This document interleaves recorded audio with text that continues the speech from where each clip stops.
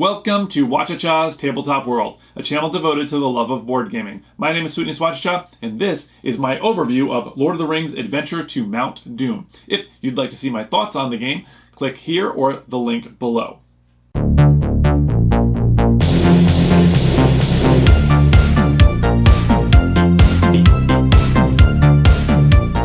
Adventure to Mount Doom is a cooperative board game for 1 to 4 players, where players will be reliving Frodo's quest from the popular books and films to destroy the One Ring in the fires of Mount Doom. Over the course of the game, players will take turns choosing which dice to roll to move specific characters along the path, but each die they resolve will also trigger cards into display, many of them bad. Some of them are allies who will aid you in your quest. I will only show you the opening set of cards, if you want to avoid seeing them. If you would like to see them, I will add them to the end of this video. The players will win if Frodo and Sam can reach the last space of the game board, which is Mount Doom, where they will destroy the One Ring. The players will lose if you have added all of the Nazgul to Minas Morgul, or if the Courage track runs out. Let's take a look at a game round. There are 2 phases. The first is to roll dice. Pick 2 colored dice of your choice and the 2 black dice. You will roll them all and pick 1 colored die and 1 black die to add to the storybook.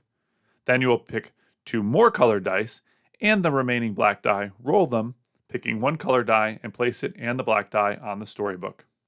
Then in the action phase, you're going to resolve your dice rolls. First, you will activate the first black die using this number. You will activate the card in the matching slot. Let's take a look at the opening tableau. The first and 6 cards are face down until activated, so it is hard to plan for whether you should try and activate them. And there is 1 card removed from each location set each game, so you can't be certain which card is face down. When you activate a number with an ally card, you will place that card face up in front of you. Any player can trigger this card at any time while it is in front of you, unless the card states otherwise. Enemy effects can cause a variety of bad things to happen. They can initiate a battle, which we'll discuss soon. They can make you lose courage on the Courage track, make you add Nazgul to Minas Morgul, which remember is a lose condition, among other effects. Some of the worst effects are one-time effects and will get discarded afterwards. After resolving the first black die, you will advance the character associated with that colored die as many spaces as indicated. Then, repeat this process with the second set of dice. As you can see, all the dice are linked with the standee, the colors making it easy to see which characters go with which die. This fellowship is comprised of Legolas, Gimli, Aragorn, Sam and Frodo share a standee, and Merry and Pippin also share a standee. So, now let's discuss why you would move certain characters and what happens when you do. The goal of the game is to reach the end of the path, so you want to be moving all characters along, but there are a few things to consider when deciding which colored dice and which actions to take. If you land on a space with an effect, you will resolve it. The 2 effects are to lose a courage or add a Nazgul. However, if a character is already on a space, they will cover that icon, and you will not have to resolve it, showing the love and teamwork in the fellowship. So that is one piece of strategy for moving, to avoid or cover icons. The other main thing to keep in mind is to land on the end of a stage. The game board is divided into stages, each representing a different part of the story. If you land exactly on the end space with anyone except Frodo, you will get a reward of 1 courage. If you land exactly on the space with Frodo without going over, you will gain a Gandalf card from the Gandalf deck. These cards have a very good one-time effect players can use. The last thing to consider when moving is that anyone on Frodo's space or ahead of him on the track will be able to help him in combat. Anyone behind him cannot aid him in combat. Now let's take a look at combat. So if you initiate an enemy attack, like this Moria Orc, you would roll the combat die. Looking on this player aid will show us what happens when you roll each symbol. If you roll a symbol associated with a character who is on or past Frodo's space, you win. So in this case, anyone but Legolas' symbol will win the combat.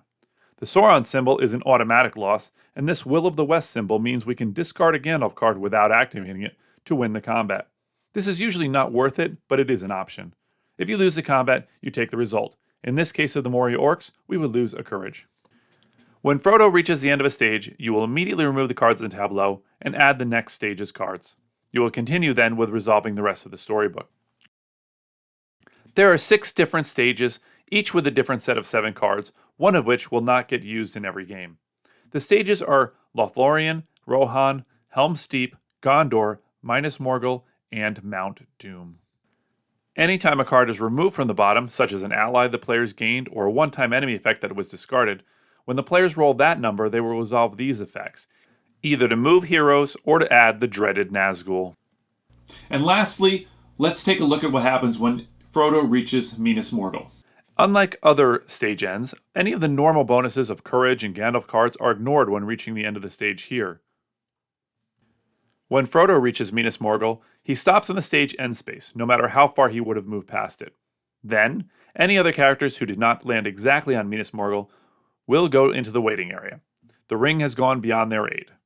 For every character who did land on Minas Morgul exactly, you will move Frodo and Sam one space. Then a new phase of the game opens. You will roll a single black die and resolve it, after which Frodo will move one space. You will do this until Frodo and Sam reach Mount Doom and win, or their courage runs out and you lose.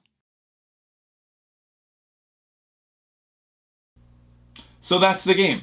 Players will continue until either the courage track runs out, the last Nazgul is placed on the Minas Morgul track, or if the Frodo and Sam complete their quest on Mount Doom. Now, that's going to be the end of the video, but for those who don't really want spoilers, or really care about spoilers rather, and they want to see some more of those cards in terms of their mechanisms and their theming, stay tuned. But for the rest of us, we gotta roll.